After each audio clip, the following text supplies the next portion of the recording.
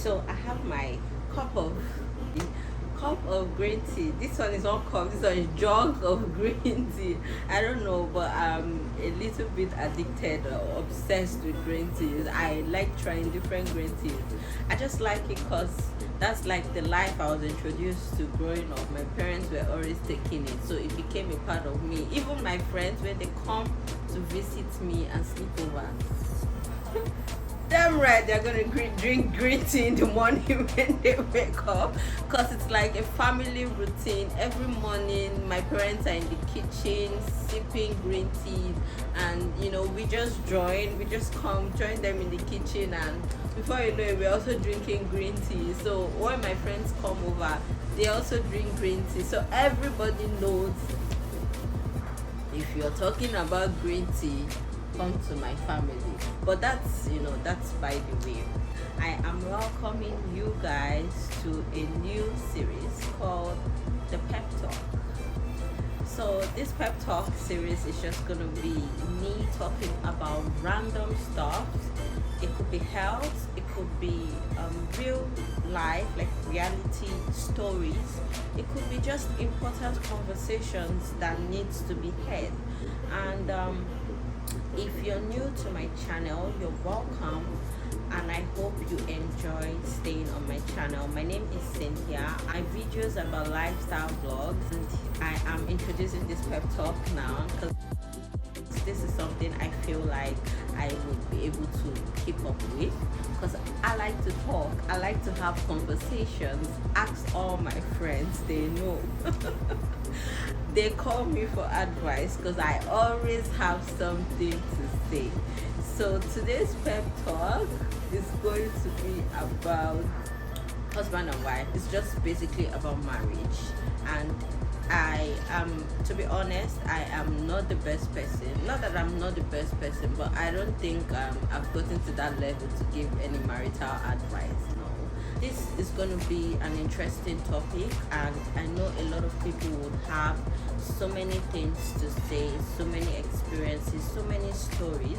If this is something you're going to be interested in, I would urge you to keep watching.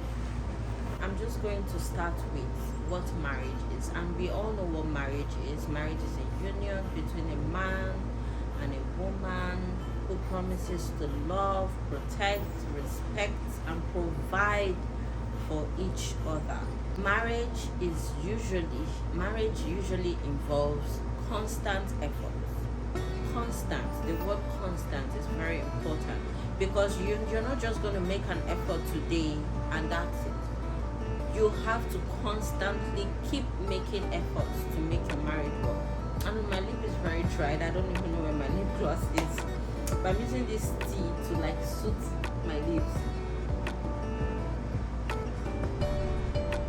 So for a marriage to work, there has to be constant effort from both parties. An effort cannot come from one person. It cannot come from just the woman. It has to be effort coming from both the woman and both the man. Another point that's very important is understanding.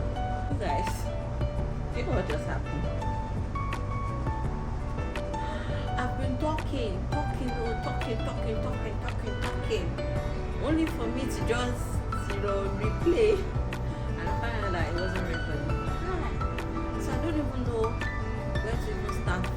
But I'm just going to start from somewhere. So I'm speaking on how a wife should see a husband.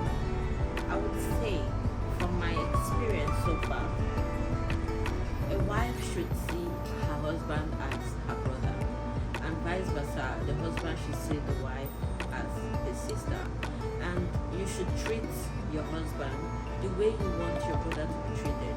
I don't think anybody, not just me, but I don't think anybody generally would be happy to hear that the brother's wife is always fighting him, always insulting him, probably cheating on him, always, dragging his shirt anytime he wants to go to work. Because I see all those things happen, and I'm like, why? So you would not want to hear that, your brother is going through that kind of thing in his marriage. So Why would you want to treat your own husband that way? If you see your husband and love your husband the way you love your brother, that even when he annoys you, because for that annoying, it will come. In short, it could even be every day. It's going to annoy you. So, like, what you do to your brother, just do it. Generally, how you treat your husband should be the way you want your brother to be treated. Some kind of brotherly love that the wife should have towards the husband, and the husband should also have some kind of sisterly love towards the wife. That way, a marriage, I feel a marriage would, there'll be a little bit of sustainability, there'll be a little bit of understanding, there'll be a little bit of peace. And a marriage also needs understanding. Like I said earlier, constant effort from both parties. When I say constant, I mean constant. It's not just making an effort today and then that's it. You have to constantly put in effort to make your marriage work. Marriage is a lot of work. Another important point I just wanted to place out there is the importance of financial stability. Let me just be blank, be plain. Love alone cannot sustain a marriage. Money alone cannot sustain a marriage. But when there's a combination of love and money, your marriage is probably going to sustain, going to be able to, you're probably going to be sustainable. Your marriage is going to be sustainable. Hey, your marriage is going to be sustainable. So let me just say this. Most importantly, those men that don't even have money, they are the ones that always complain. When a woman talks about financial stability, they're the ones that always complain. The ones that don't have money, the ones that have money really don't complain because they know the importance of money. But the ones that don't have money, they are the ones that always complain. They're the ones that feel like you're the gold digger. They're the ones that feel like, hey, this woman doesn't love me. But the person who is already financially comfortable, or even if he's not financially comfortable, but he's heading there, or he has plans, or he's working, or he has his hands busy, those ones usually don't complain because they know the importance of money. But the lazy ones, they're the ones that complain. So when you complain about all these things to your partner, let's assume you're still dating, and they're like, they start giving you attitude or start saying you're all about, just know that they are comfortable where they are. And you, if you are not comfortable where they are, and you still go ahead to marry because you feel like things are going to change, or love is enough. I'm not going to say anything, but it's a marriage. Enter inside and see what your eyes see, So financial stability is very important because love alone cannot sustain a marriage. Are you gonna eat love? Because if you're just thinking about love, you're probably just thinking you're being selfish. You're not thinking about your children, like your unborn children, the kind of life you want for them. Would you want? They are not even going to feel that love because that love is only for you and your husband. Love is not for them. So what will they eat? What school will they go to? Where would they live? What kind of life are they going to be exposed to? What kind of experience are they going to have in life? You should put all those things in perspective because it's not just all about getting married for love. And trust me, love alone cannot sustain a marriage, just like money alone cannot sustain a marriage. So those of you married for only money, you don't even love your husband in any atom of way. You enter there, you see the money, you eat the money, and you get frustrated and come out. It's the same way it goes with love. You enter with love, you see the love, you eat the love probably, and then you get frustrated because money is important too.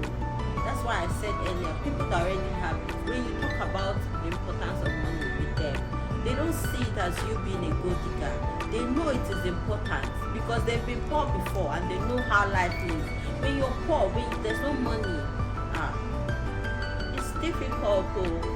It's very difficult. It brings out a part of you that you maybe you never even knew you had it, because you'll be so frustrated waking up to the same situation, waking up to the same I'll try, waking up to the same I have it handled, waking up to all those the same stuff. I remember meeting my husband, and the only thing I was telling him when I met him, he was like, see me, I don't just want to be in Nigeria.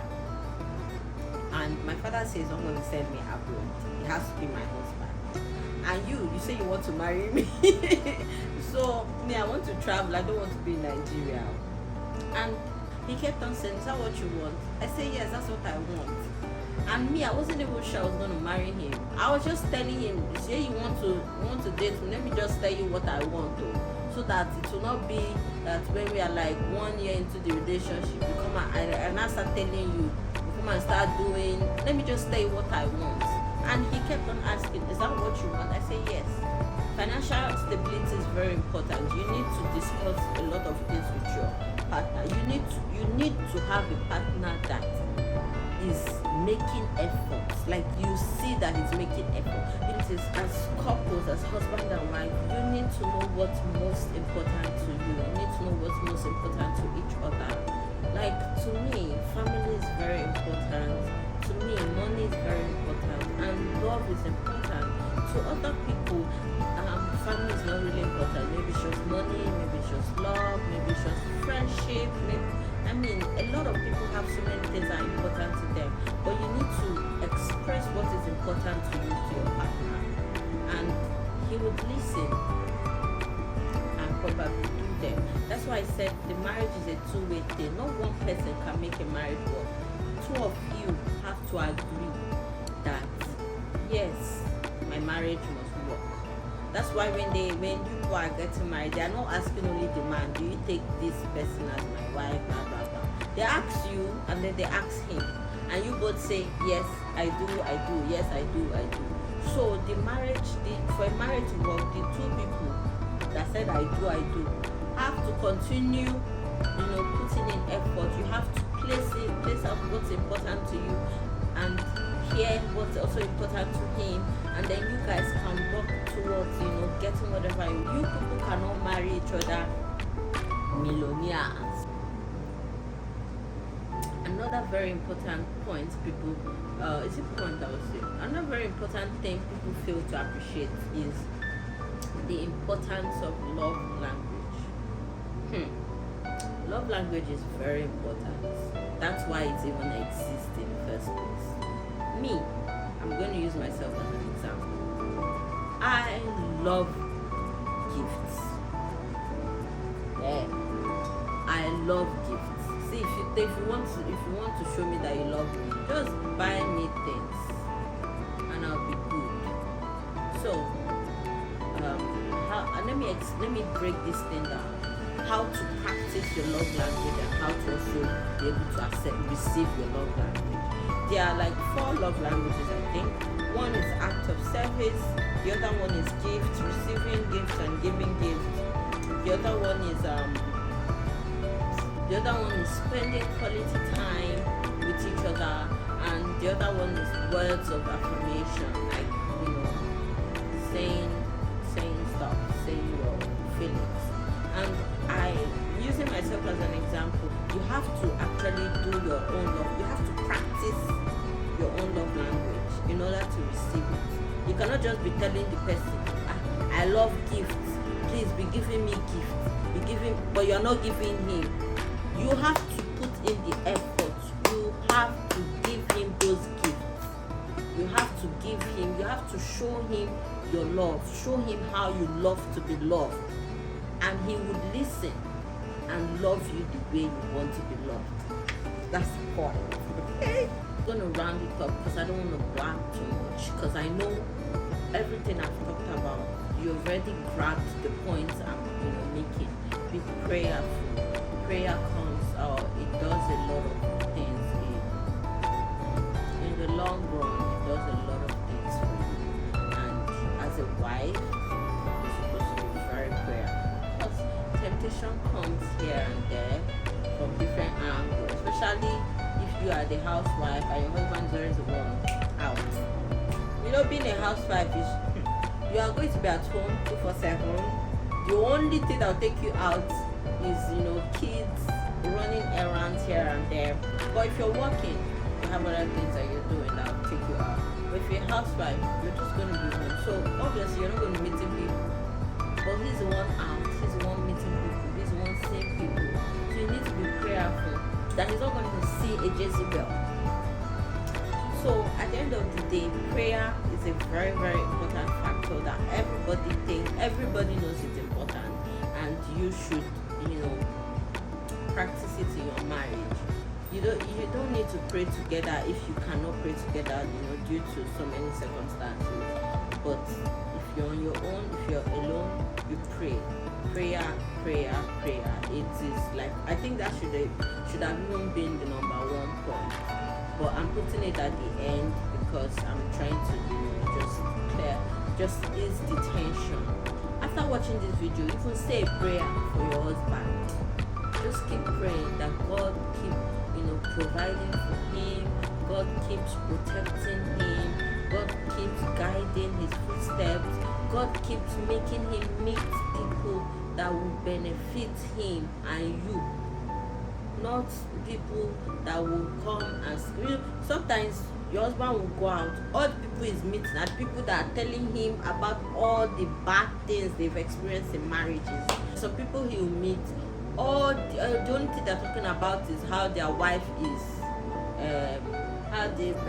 there's some people that he meets here, how their wife changed when she came here, how their wife, how he should not don't buy anything in your wife's name, don't. Why are you telling my husband that? It's you and your life, it's you and your marriage, your bad beds away. That don't, just pray that your husband don't meet people that feed him with negative, evil thoughts. Maybe you're planning to get a house together, and sometimes as a woman you might just tell your husband, please buy it in my name, buy it together in both of you's name. You understand? But you go out and then meet people that are telling him, don't ever buy anything in your wife's name, or don't ever put your wife's name in any of your property, or don't ever, or you're the type that have access to all your husband's phone, contact, every of your husband's business, Pray he doesn't go out to meet people that they're not going to be like, your wife shouldn't know you have this property, your wife shouldn't know you have this conversation with somebody, your wife shouldn't know you're planning to do this, your wife shouldn't know you're planning to do that. Pray that your husband doesn't meet people like that. So prayer is very important.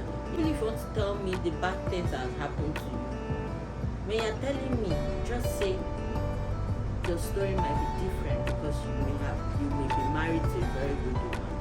Okay? So that's the conclusion.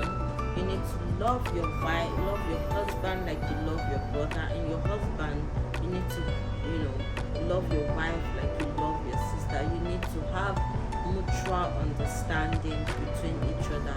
You need to practice your love language to receive your love language. Financial stability is very important, and most importantly, you need to be prayerful. I hope you enjoyed this pep talk. I don't know what the next pep talk will be, but whatever it will be, I'm gonna just dish it out realistically. I'm not going to use words that will suit your ears.